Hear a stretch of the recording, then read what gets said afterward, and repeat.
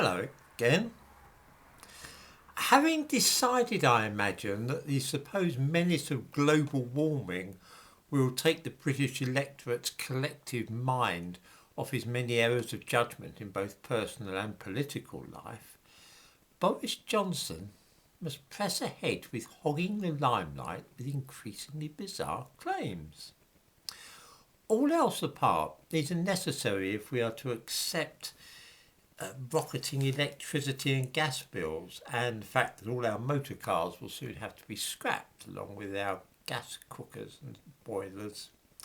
Here's the front page from the Metro newspaper yesterday, which is handed out free at London railway and tube stations. The headline is "Pledge to Save Earth's Lungs."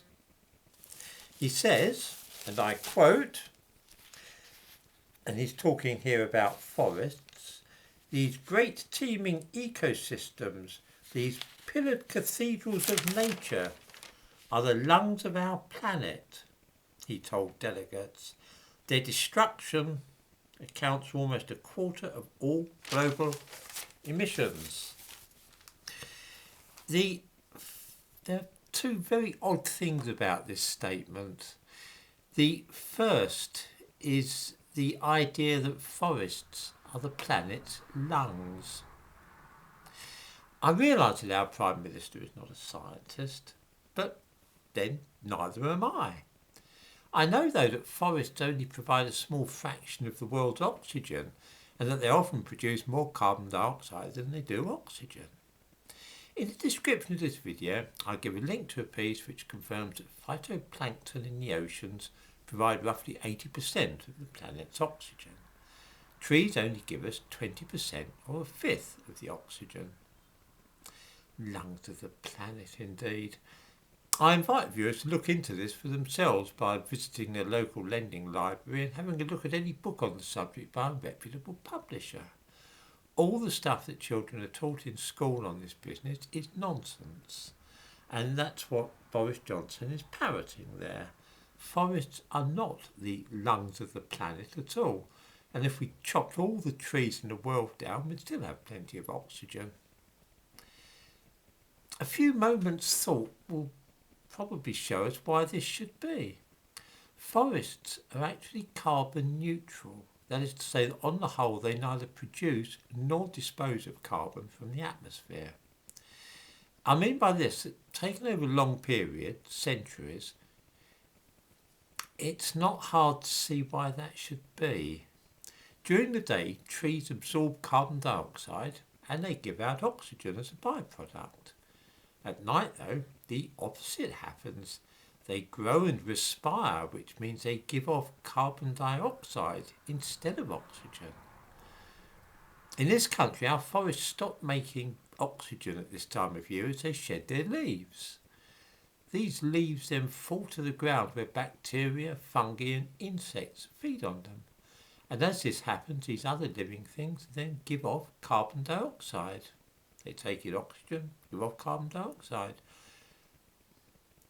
Trees that die, as they do in older forests, also decay, and then all the carbon they've locked up is released back into the atmosphere in this way. All this about lungs of the planet is simply untrue. Then too there's the claim that deforestation is reducing the number of trees and forests on Earth. This too is rubbish. There are more trees now in the United States than there were a century ago. Since 1982, an incredible 7% of the Earth's surface has been covered with new forests. Far more of the Earth is now covered with forests than was the case 40 years ago. There can certainly be a debate about the rival merits of temperate, deciduous forests of the type in Europe and Canada, as opposed to tropical rainforests, but to talk of deforestation is absurd. There is a greater area of forest on the planet now than there has been in the lifetime of anybody under the age of 40. I'm not at all sure why so many foolish and untruthful things are being said about trees and oxygen, Perhaps it's to make people feel panicky and short of breath, and so less likely to think sensibly about what they're being told. It's all very mysterious. As far as global warming is concerned, I say nothing of whether man-made climate change is real or not, because it honestly doesn't matter either way. The reason for this is simple. At some times in the past, the Earth has been much colder than it is today. Think Ice Age. At other times, the Carboniferous, for example, it was a lot hotter. 100 million years ago, during the Cretaceous period, trees grew at the South Pole, and it was hot enough for dinosaurs to live in Antarctica.